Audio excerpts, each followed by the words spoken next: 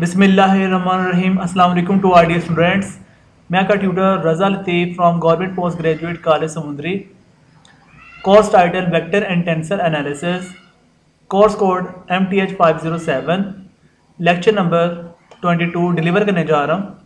आज जो हमारा टॉपिक होगा प्रीवियस टॉपिक से ही कनेक्टेड रहेगा। प्रीवियस टॉपिक में हमने लाइन इंटीग्रल की एप्लीकेशंस अंडरस्टैंड कर रहे थे और चैप्टर नंबर 5 से हम कनेक्टेड हैं। तो हम आज ऑनवर्ड जो रिमेनिंग एप्लीकेशंस हैं लाइन इंटीग्रल की उनको कंप्लीट वैनिश करेंगे और कुछ एप्लीकेशंस आपको होमवर्क इंशाल्लाह असाइन की हुई हैं, वो आपको ग्रुप में सेंड कर दी जाएंगी।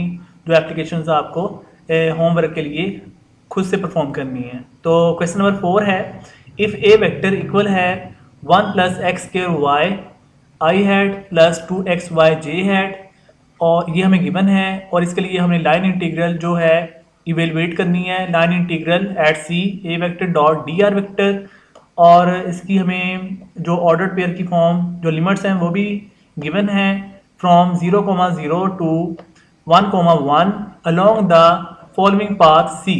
यानी जो हमें कर्व सी दे दी गई है वो 0,0 से 1,1 पे होल्ड हो रही है। और इसके लिए हमें फर्स्ट पार्ट ये कैलकुलेट करना है the straight line from 0,0 to 1,1। हमें स्ट्रेट लाइन इस फॉर्म में कंप्लीट होल्ड करवानी होगी। और सेकंड पार्ट में हमने ये शो अप करना है the line segment C1 from 0,0 to 1,0 and then the line segment C2 from 1,0 to 1,1। फिर हमने ये सोल्व अप करना है, यानी कि सेकंड पार्ट में हमने लाइन सेगमेंट C1 और C2 को कैलकुलेट करना है। इट्स मीन कि आपको जो कर्व C है, जो लाइन इंटीग्रल C होती है, उसकी आप पार्टीशनिंग कर देंगे। प्रीवियस हमने लेक्चर नंबर 21 में भी एप्लीकेशन जो की थी उसमें हमने पार्टीशनिंग, जिसमें हमने कर्व को C1 C2 में ब्रेक भी किया था। ये बिल्कुल सेकंड पार्ट आपका वैसे ही होल्ड होगा। इसके लिए C1 की सेपरेट आपको ऑर्डर्ड पेयर दे दिए गए हैं और C2 के लिए another separate ordered pair दे दिए गए हैं। इनको फॉलो करते हुए हम लाइन सेगमेंट को सोल्व करेंगे। C1 लाइन इंटीग्रल आ जाएगी जब, और C2 लाइन इंटीग्रल आ जाएगी, दोनों को हम सम अप करेंगे तो हमें C लाइन इंटीग्रल का आंसर रिक्वायर्ड सोल्व हो जाएगा। ये हमने यहाँ से सोल्व करना है। और थर्ड पार्ट में आपने द लाइन सेगमेंट ये फाइंड करना है। थर्ड पार्ट में the line segment C1 from 0,0 to 0,1, यानी C1 हमने फिर एक सेगमेंट फाइंड करना है पार्टीशनिंग फॉर्म में, and then the line segment C2 from 0,1 to 1,1। यानी C1 और C2 जैसे सेकंड पार्ट आपने ब्रेक करना है, वैसे ही आपने थर्ड पार्ट भी पार्टीशनिंग फॉर्म के लिए ही ब्रेक करना होगा।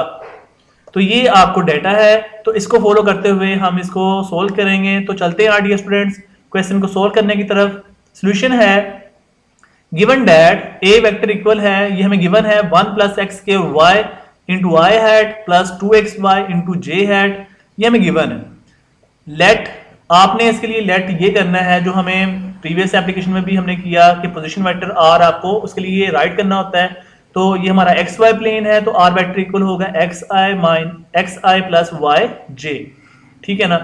अगर ये 3D प्लेन में होता तो हम इसमें z के हैट भी इंट्रोड्यूस करवा देते, ठीक है ना। तो ये हमारे पास ओनली ऑन 2D प्लेन में है, यानी xy प्लेन में है, इसलिए r वेक्टर इक्वल होगा xi प्लस yj। फिर ऑनवर्ड हमने इसका डेरिवेटिव फाइंड करना है, dr वेक्टर इक्वल होगा dxi प्लस dyj। ऑनवर्ड हमने a वेक्टर का dr वेक्टर के साथ डॉट प्रोडक्ट कैलकुलेट करना है with respect to line integral के लिए। Now line integral can be written as, तो ये होगा line integral at C A vector dot dr vector, ठीक है। ये लाइन इंटीग्रल की फॉर्म होती है a डॉट dr वेक्टर। तो लाइन इंटीग्रल एट सी, और ये हमारे पास जो कंप्लीट स्क्वायर ब्रैकेट में फॉर्म राइट की गई है, ये a वेक्टर की वैल्यू है, डॉट ये जो हमने स्क्वायर ब्रैकेट में वैल्यू राइट की है ये हमारे पास dr वेक्टर की वैल्यू है। तो a वेक्टर की वैल्यू हमारे पास है 1 + x² yi प्लस 2xyj, और dr वेक्टर की वैल्यू हमारे पास dxi प्लस dyj। फिर हमने डॉट प्रोडक्ट यहाँ पे सोल्व करना है, तो i डॉट i आपके पास बन जाएगा 1 + x² into dx plus j dot j आपके पास बन जाएगा 2xy इंटू dy। ये हमने राइट कर दिया। इसको हमने कोई इक्वेशन नेम असाइन कर देंगे, ये हमारे पास इक्वेशन 1 है। ऑनवर्ड हमने अपने पार्ट्स को सोल्व करना है। तो फर्स्ट पार्ट आपके पास है स्ट्रेट लाइन के लिए अलोंग द स्ट्रेट लाइन सी तो पाथ आपका सी होगा कर्व सी के लिए फ्रॉम कहाँ से कहाँ तक है 0,0 टू 1,1। इट्स मीन कि आपने यहाँ से फंक्शन y राइट करना होगा। y फंक्शन बनाने के लिए आप ये लिखेंगे कि y is equal to X. ये हमने खुद से सिलेक्ट करना होता है, ये आपने खुद से बनाना है, क्रिएट करना है कि y is equal to X है। ठीक है, y is equal to X, इसमें आप सुपोजिशन राइट करेंगे। अगर आप x की वैल्यू यहाँ पर 0 पुट करते हैं, आप देखें x का आंसर 0 है तो y का 0 आ रहा है। यहाँ पर x की वैल्यू 1 है तो आंसर y का वो भी 1 आ रहा है। तो ऐसा फंक्शन बनाना है जिससे आपका ये जो पेयर है सेटिस्फाइड हो जाए और आपने ये फंक्शन राइट कर दिया y is equal to X. अगर आप x की वैल्यू 0 पुट करते हैं तो आपको आंसर y का 0 मिलता है। अगर आप x की वैल्यू 1 पुट करते हैं तो आपको आंसर y का 1 मिलता है। इट्स मीन कि ये ऑर्डर्ड पेयर आपके इस बात पे फुलफिल हो रहे हैं। सो ये हमारा फंक्शन बिल्कुल ट्रू है। तो फिर ऑनवर्ड हमने y का डेरिवेटिव फाइंड करना है, तो dy is equal to dx हो जाएगा।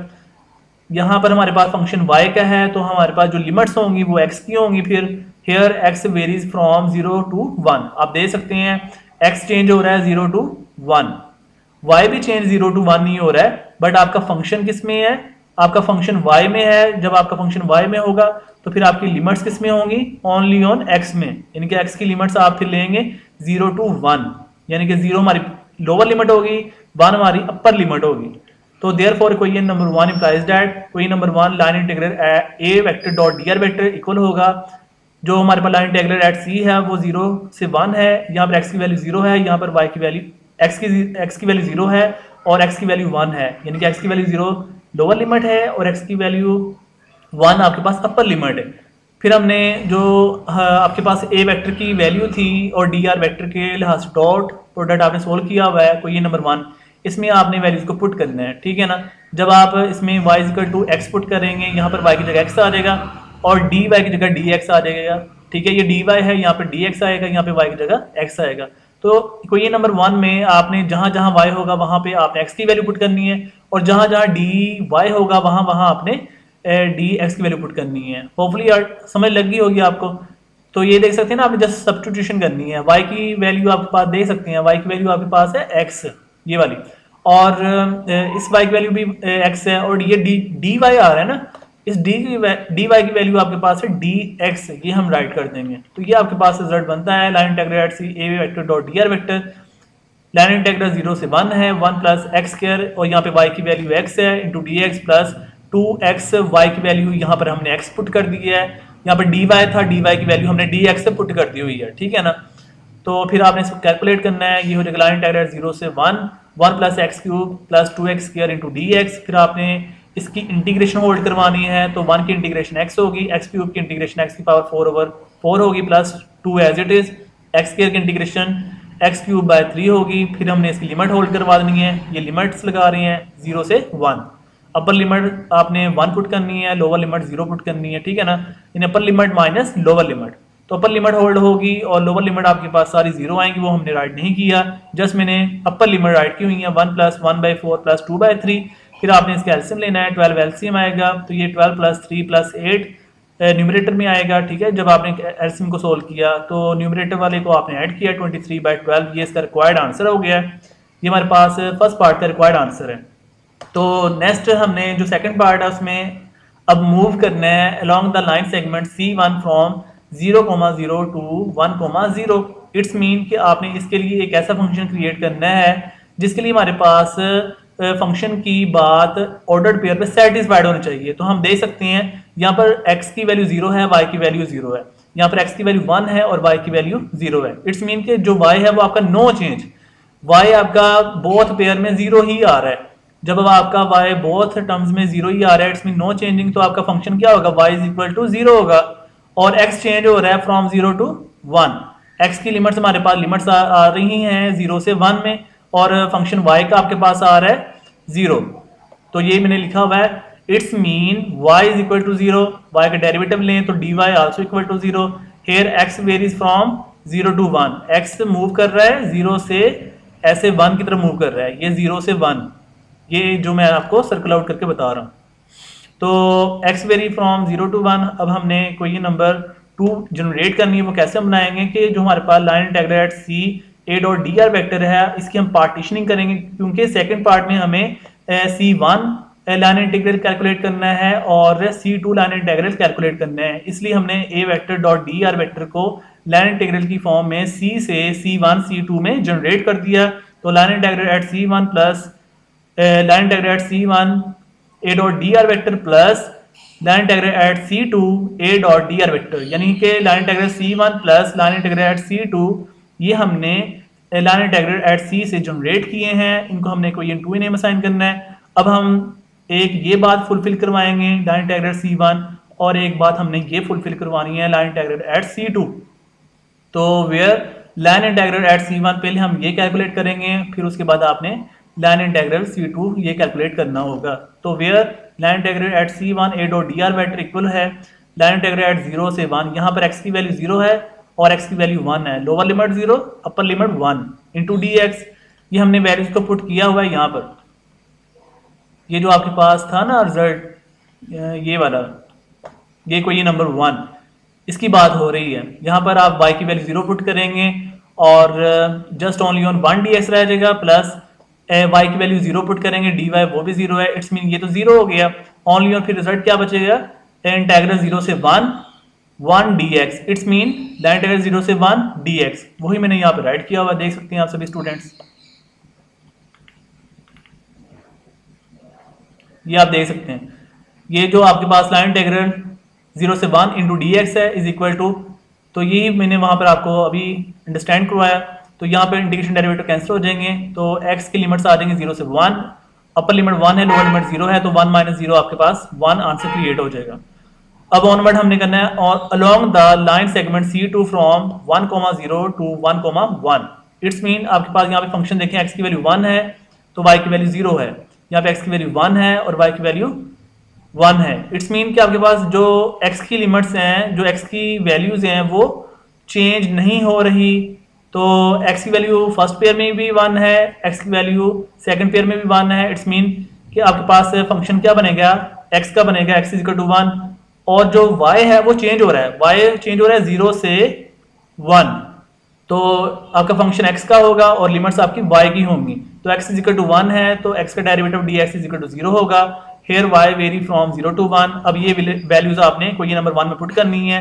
तो where line integral at C2 a dot D R vector integral 0 से 1, और जो हमारे पास dx वाला टर्म होगी वो 0 हो जाएगी, क्योंकि आपने जब ये वैल्यूज टर्म पुट करनी है तो उसमें dx की वैल्यू 0 रखेंगे तो वो x वाली टर्म को डिफरेंशियल dx 0 कर देगा, इसलिए मैंने डायरेक्ट 0 राइट कर दिया है। क्वेश्चन नंबर 1 में पुट करने के बाद ये प्रोसीजर 0 बनेगा, प्लस 2 इंटू यहाँ पर हमने x की वैल्यू 1 पुट की है इंटू y और dy एज इट इज, ठीक है ना।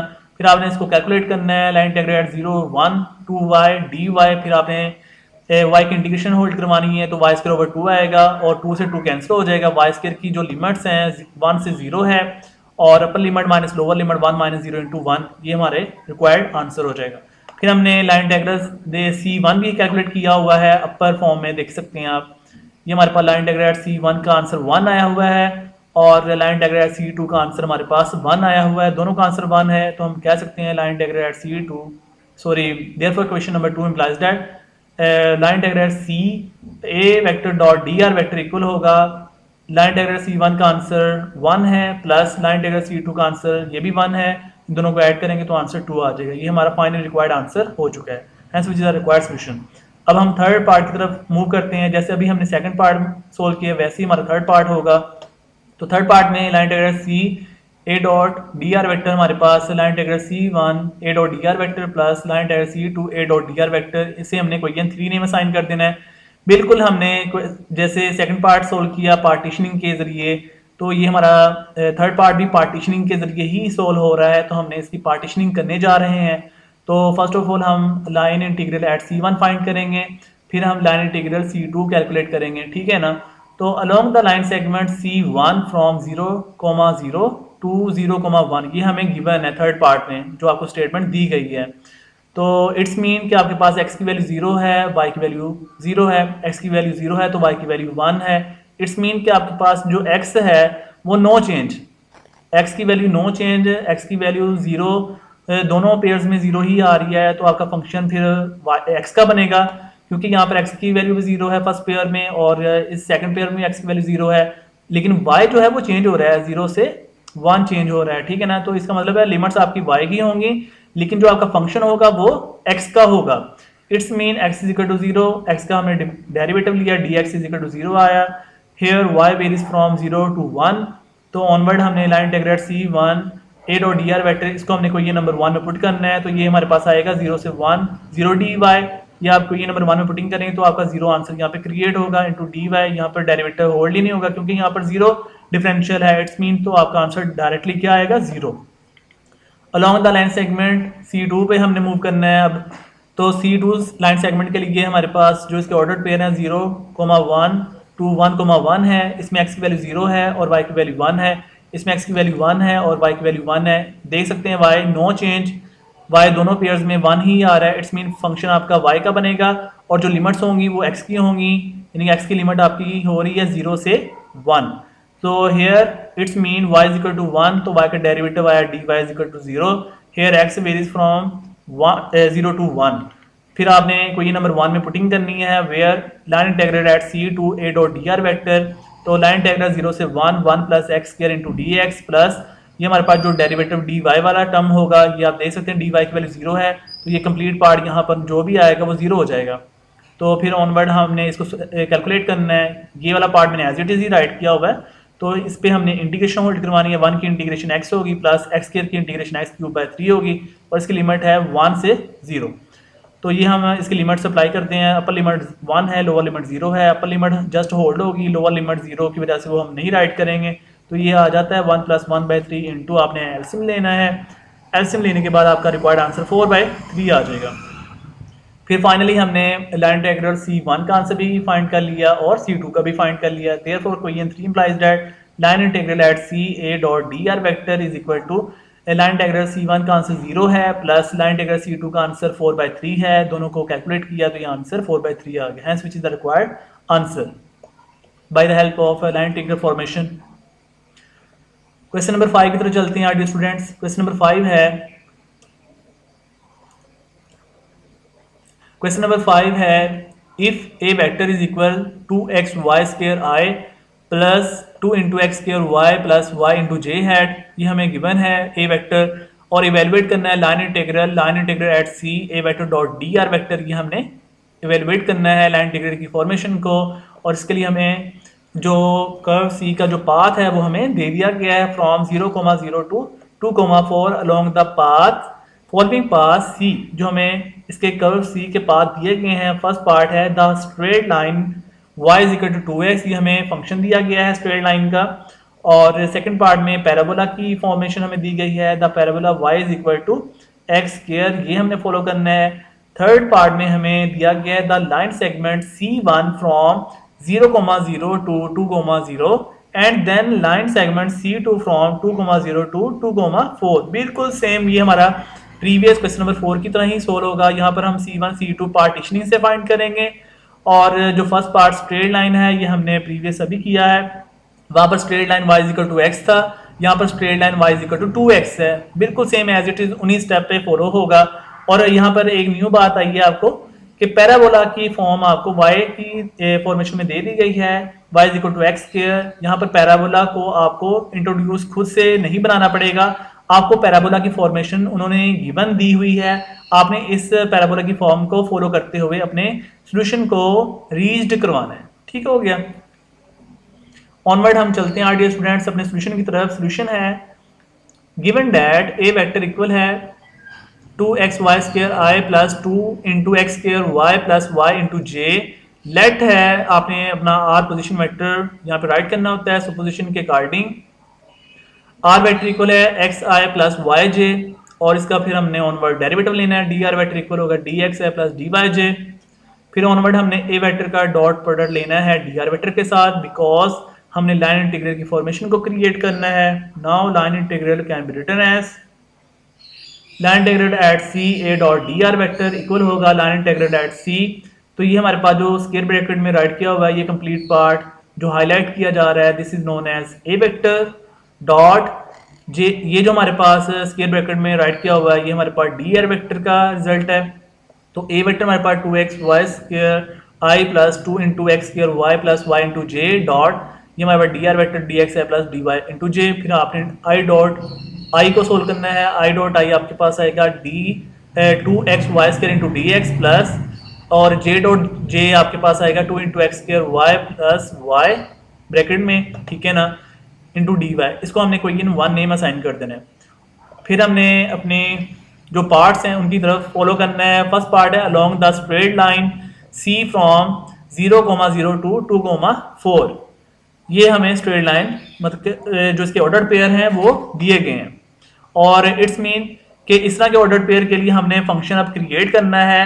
वो कैसा फंक्शन होगा कि y is equal to x. आप यहाँ पर x की वैल्यू 0 रख के देखें तो आपको आंसर y का 0 मिलेगा। x की वैल्यू 0 रखें तो 2 into 0 0, it's mean y is equal to 0। आप देख सकते हैं x की वैल्यू भी 0 आ रही है, y की वैल्यू भी 0 आ रही है। फिर x की वैल्यू 2 है और y की वैल्यू 4 है। अगर आप x की वैल्यू यहाँ पे 2 रखें तो 2 into 2 4, it's mean y is equal to 4। या आपकी बात फुलफिल हो रही है ना। फिर x इक्वल टू 2 है और y इक्वल टू 4 है। तो ये ऐसा फंक्शन आपने क्रिएट करना है जिससे आपकी ये बात ऑर्डर पेयर में फुलफिल सेटिस्फाइड हो सके।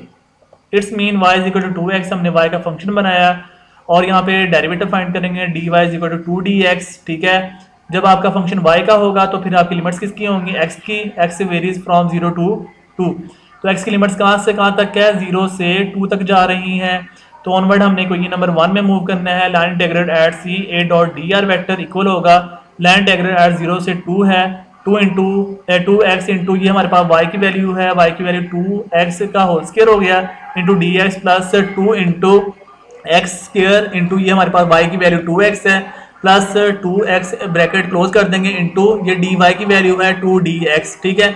फिर हमने इसको कंप्लीट रिजल्ट को कैलकुलेट करना है। जब हम इसे कैलकुलेट करेंगे तो ये हमारे पास रिजल्ट बनता है लाइन इंटीग्रेट एट 0 से 2 8x³ plus 8x³ plus 8x into D x. यानी कि ये जो कंप्लीट रिजल्ट है ना ये वाला, इस कंप्लीट रिजल्ट को हम सोल्व करने के लिए ये वाला रिजल्ट बना देंगे। तो ये जब रिजल्ट बन जाएगा ऑनवर्ड हमने इसको ऐड किया तो ये आया 16x³ plus 8x into D x.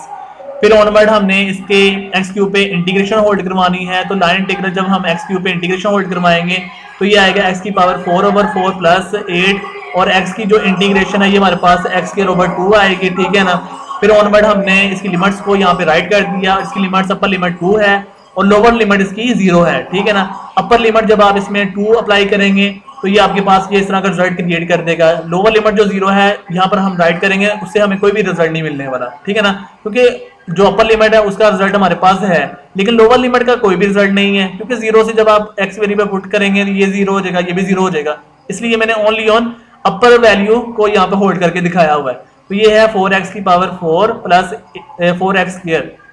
यहाँ पर मैंने इसको पहले सोल्व किया, 4 को 16 पे डिवाइड किया 4 आ गया, 2 को 8 पे डिवाइड किया 4, ठीक है ना। अब यहाँ पर मैं ना अपर लिमिट जो 2 है यहाँ पर पुट करने लगा हूँ। ये हमारे पास है 4 इंटू 2 की पावर 4 है प्लस 4 इंटू 2 का स्क्वायर है माइनस लोअर लिमिट भी मैंने राइट की हुई यहाँ पर। आप वैसे ना भी राइट करें तो कोई इशू नहीं है, ठीक है। 4 इंटू 0 की पावर 4 प्लस 4 इंटू 0 की पावर 2, ठीक है। ऑनवर्ड आपने इसको कैलकुलेट किया तो यहाँ से आपको 64 प्लस 16 यानी कि इसे कैलकुलेट करके आ जाता है। ऐड करने से 80 इसका रिक्वायर्ड आंसर हो जाएगा। तो सेकंड पार्ट की तरफ चलते हैं जिसमें हमने पैराबोला को होल्ड करवाना है। Along the parabola C from 0,0 to 2,4, ये हमें ऑर्डर्ड पेयर पैराबोला के लिए दिए गए हैं और इसके लिए आपको फंक्शन भी दिया हुआ है। सबसे इंपॉर्टेंट बात, आपको फंक्शन खुद नहीं बनाना पड़ेगा इस सेकंड पार्ट के लिए। It's mean y is equal to x²। यहाँ पर आप x की वैल्यू आप चेक भी कर सकते हो, ये हमारे जो ऑर्डर पेयर हैं क्या इस बात को सेटिस्फाइड करते भी हैं या नहीं करते, मतलब जो उन्होंने गिवन दिया हुआ है क्या ये बात बिल्कुल ट्रू भी है या नहीं, हम इसे चेक भी कर सकते हैं। यहाँ पर x की वैल्यू आप 0 पुट करके देखें। यहाँ पर देखें x की वैल्यू 0 है तो y की वैल्यू 0 है, x की वैल्यू 2 है तो y की वैल्यू 4 है। आप x की वैल्यू 0 रखेंगे तो आंसर y का 0 मिलेगा। आप x की वैल्यू 2 रखेंगे तो आपको आंसर y का 4 मिलेगा। इट्स मीन ये आपका ऑर्डर्ड पेयर बिल्कुल ट्रू है। तो y का डेरिवेटिव लें, dy is equal to 2x into D x हो जाएगा। जब आपका फंक्शन y का है तो लिमिट्स आपकी x की होंगी। हेयर x वेरीज फ्रॉम 0 से 2, ये x की वैल्यू 0 से 2 की तरफ मूव कर रहा है, 0 से 2 ऐसे।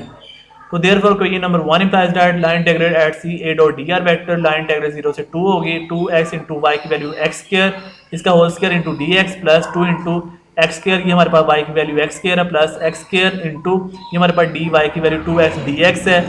फिर आपने इस कंप्लीट रिजल्ट को कैलकुलेट करना है। जब आप इसे कैलकुलेट करेंगे ये आएगा लाइन इंटीग्रल 0 से 2 है, 2x की पावर 5 है प्लस 4x की पावर 5 है plus 4x cube into D X है। फिर आपने इन दोनों को कैलकुलेट करना है। 2 प्लस ये 2x की पावर 5 प्लस 4x की पावर 5 को आपने ऐड किया तो ये हो जाएगा 6x की पावर 5 प्लस 4x की पावर 3 इंटू डी एक्स।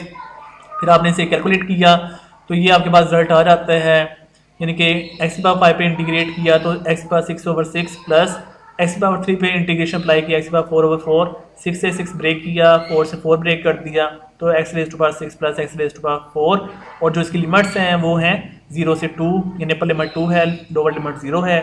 तो ये हमने यहाँ पर राइट कर दिया है। आप यहाँ पर upper limit just only on hold करवा दें क्योंकि लोअर लिमिट आपके पास 0 है, वहाँ से कुछ भी रिजल्ट नहीं मिलने वाला। तो 2 raise to power 6 plus 2 raise to power 4, इनको जब आपने पावर्स को एक्सपेंड किया तो 64 प्लस 16 इनको ऐड करने से आपका रिक्वायर्ड आंसर आ जाता है 80। फिर थर्ड पार्ट की तरफ चलते हैं डियर स्टूडेंट्स। थर्ड पार्ट है line integral at C a dot D R vector. इसमें हमने पार्टीशनिंग करनी है। Line integral at C1 A dot D R vector plus line integral C2 A dot D R vector, इसे हमने कोई ये number 2 name assign कर दिया है। फिर हमने इसकी पार्टीशनिंग को सोल्व करना है। हमने लाइन इंटीग्रल एट C1 को पहले कैलकुलेट करना है। फर्स्ट ऑफ ऑल हम ये कैलकुलेट करेंगे, फिर ऑनवर्ड हमने ये कैलकुलेट करना है। लाइन इंटीग्रल एट C2 हमने कैलकुलेट करना होगा। Along the line segment C1 from 0,0 to 2,0 ये हमने कैलकुलेट करना है। इट्स मीन कि y आपके पास 0 होगा। आप देख सकते हैं x की वैल्यू 0 है तो y की वैल्यू 0 है, x की वैल्यू 2 है तो y की वैल्यू 0 है। इट्स मीन कि आपके पास y नो चेंज, y की वैल्यू 0 है फर्स्ट पेयर में भी और सेकंड पेयर में भी। तो आपका फिर फंक्शन क्या होगा, y इज इक्वल टू 0। यही मैंने राइट किया हुआ है। It's mean y is equal to 0, derivative dy is equal to 0 होगा। जब आपका फंक्शन y का होगा तो आपके पास लिमिट्स किसकी होंगी, ओनली ऑन x की। Here x varies from 0 to 2। आप देख सकते हैं x की वैल्यू 0 है, यहाँ पे x की वैल्यू 2 है तो x से फिर चेंज हो रहा है 0 से 2 की तरफ। Where line integral at C2 A dot D R vector, ये हमने फिर पुटिंग करनी है। जो हमारे पास कोई नंबर 1 होगी, लाइन इंटीग्रल 0 से 2 है, 2x इंटू वाई की वैल्यू 0, 0 का square into D x plus 2 into x square into y की वैल्यू 0 है, प्लस यहाँ पर y की वैल्यू 0 राइट कर दी और इंटू डी वाई की वैल्यू वो भी हमने 0 राइट कर दी क्योंकि देख सकते हैं y भी 0 है, डी वाई भी 0 है। तो आपके पास इस तरह का रिजल्ट बन जाएगा। तो 0 से ये वाला कंप्लीट रिजल्ट 0 हो गया और ये 0 जो डी वाई की वैल्यू है वो भी कंप्लीट रिजल्ट 0 बना दिया। इट्स मीन कि आपका जो डिफरेंशियल 0 से कुछ भी कैलकुलेट नहीं हो सकता, तो इसका कंप्लीट रिजल्ट क्या आएगा, ओनली ऑन 0 आएगा। ऑनवर्ड हमने C2 पे मूव करना है along the line segment C2 from 2,0 to 2,4। आप देख सकते हैं यहाँ पर x की वैल्यू 2 है, y की वैल्यू 0 है, यहाँ पर x की वैल्यू 2 है, y की वैल्यू 4 है। यहाँ पे आप देख सकते हो कि x की value no change, x 2 first pair में भी 2 है, सेकंड पेयर में भी 2 है। It's mean x no change. तो x इज इक्वल टू क्या होगा, हमारा फंक्शन x का होगा। It's mean x is equal to 2, तो डेरिवेटिव क्या होगा, dx इज इक्वल टू 0। लेकिन जो फिर लिमिट्स होंगी वो y की होंगी, y चेंज हो रहा है, 0 से 4 हो रहा है। तो जो हमारी लिमिट्स होंगी वो 0 से 4 की तरफ मूव कर रही हैं। तो फंक्शन हमारा x का है, तो ये हमारे पास रिक्वायर्ड फॉर्मेशन कुछ इस अंदाज में होगी। ये आप देख सकते हैं, here y varies from 0 to 4 where line integral at C2 A dot D R vector. ये हमने कोई नंबर 2 में वैल्यूज को चेकआउट कर रहे हैं। तो ये हमारे पास कोई नंबर 2 की फॉर्मेशन से हमने वहाँ से पिक कर लिया है लाइन इंटीग्रल C2 ए डॉट डी आर वेक्टर। और ये हम जो पुटिंग कर रहे हैं कोई नंबर 1 की फॉर्म में है, 2 इंटू ये हमारे पास x की वैल्यू है और वाई स्क्वायर इंटू ये हमारे पास 0 जो है ये हमारे पास डी एक्स की वैल्यू है, प्लस 2 इंटू ये हमारे पास x की वैल्यू 2 का स्क्वायर है into y plus Y into d y as it is. ठीक है, फिर आपने से ये 0 को जब आप मल्टीप्लाई करेंगे ये पार्ट कम्प्लीटली 0 हो जाएगा। ये इतना पार्ट, ये आपका कंप्लीट पार्ट, ये जो सर्कल आउट किया जा रहा है ये 0 हो जाएगा। तो इसे जब आप कैलकुलेट करेंगे यानी कि 2 का स्क्वायर 4 है, 4 इंटू 2 आपके पास 8y आएगा। ठीक है, और 2 को आप y से मल्टीप्लाई करेंगे प्लस 2y आएगा इंटू डी वाई। फिर आपने इन दोनों को ऐड करना है, 8y प्लस 2y ये आपके पास हो जाता है 10y इंटू डी वाई। फिर आपने y पे इंटीग्रेट अप्लाई करनी है तो y स्क्वायर ओवर 2 को 10 से आपने ब्रेक करना है तो ये आपके पास 5y स्क्वायर आएगा। और इसकी जो लिमिट्स हैं वो 0 से 4 है, अपर लिमिट 4 है, लोअर लिमिट 0 है। और आपका answer only on upper limit से सोल्व हो रहा है। आप देख सकते हैं मैंने वैसे दोनों लिमिट्स अप्लाई कर दी हैं, अपर लिमिट माइनस लोअर लिमिट। तो 5 इंटू 4 का स्क्वायर ये हमारे पास अपर लिमिट है, माइनस 5 इंटू 0 का स्क्वायर ये हमारे पास लोअर लिमिट है। इसे कैलकुलेट करने से आपका रिक्वायर्ड आंसर 80 आ जाता है, ठीक है ना। Therefore equation number 2 implies that, ये हमने लाइन इंटीग्रल एट C2 का आंसर फाइंड आउट कर लिया है, और इससे पहले हमने लाइन इंटीग्रल C1 का आंसर 0 कैलकुलेट किया होगा, वो हम अब पुटिंग करेंगे। Therefore equation number 2 implies that, तो line integral CA vector dot DR vector is equal to 0 + 80, ठीक है। तो ये हमने इनको ऐड करने से 80 का रिक्वायर्ड आंसर बना दिया है, which is the required solution for line integral formation. तो ये आज हमने कम्प्लीटली अल्हम्दुलिल्लाह लाइन इंटीग्रल की कंप्लीट एप्लीकेशन परफॉर्म कर ली हैं। कुछ एप्लीकेशंस आपको मैंने होमवर्क के लिए PDF फाइल अपलोड कर दूंगा, जो आप लोगों का स्टडी ग्रुप है, ठीक है। और जो हमारे कॉलेज के स्टूडेंट्स नहीं हैं वो इसका जो लिंक होगा वो मैं PDF फाइल जो होमवर्क आप सभी स्टूडेंट परफॉर्म करने हैं लेक्चर नंबर 22 के डिस्क्रिप्शन में उनको मिल जाएगा, वो लिंक मैं वहाँ पर राइट कर दूंगा। और कोई भी स्टूडेंट जिसको होमवर्क के लिए वो क्वेश्चन चाहिए हो वो डिस्क्रिप्शन में वहाँ पर डाउनलोड कर सकता है। तो होपफुली आज जो स्टूडेंट्स आज के लेक्चर में सभी स्टूडेंट अच्छे अंदाज में समझ लिया होगा। अगर फिर भी किसी स्टूडेंट को कन्फ्यूजन हो क्वेश्चन कर सकते हैं, कमेंट्स कर सकते हैं, इंशाल्लाह अच्छे अंदाज में आप सभी स्टूडेंट को गाइडलाइन दी जाएगी। तो ख्याल रखिएगा ऑल डियर स्टूडेंट्स, दुआ में याद रखना। अल्लाह हाफिज़ एंड स्टे ब्लेस्ड।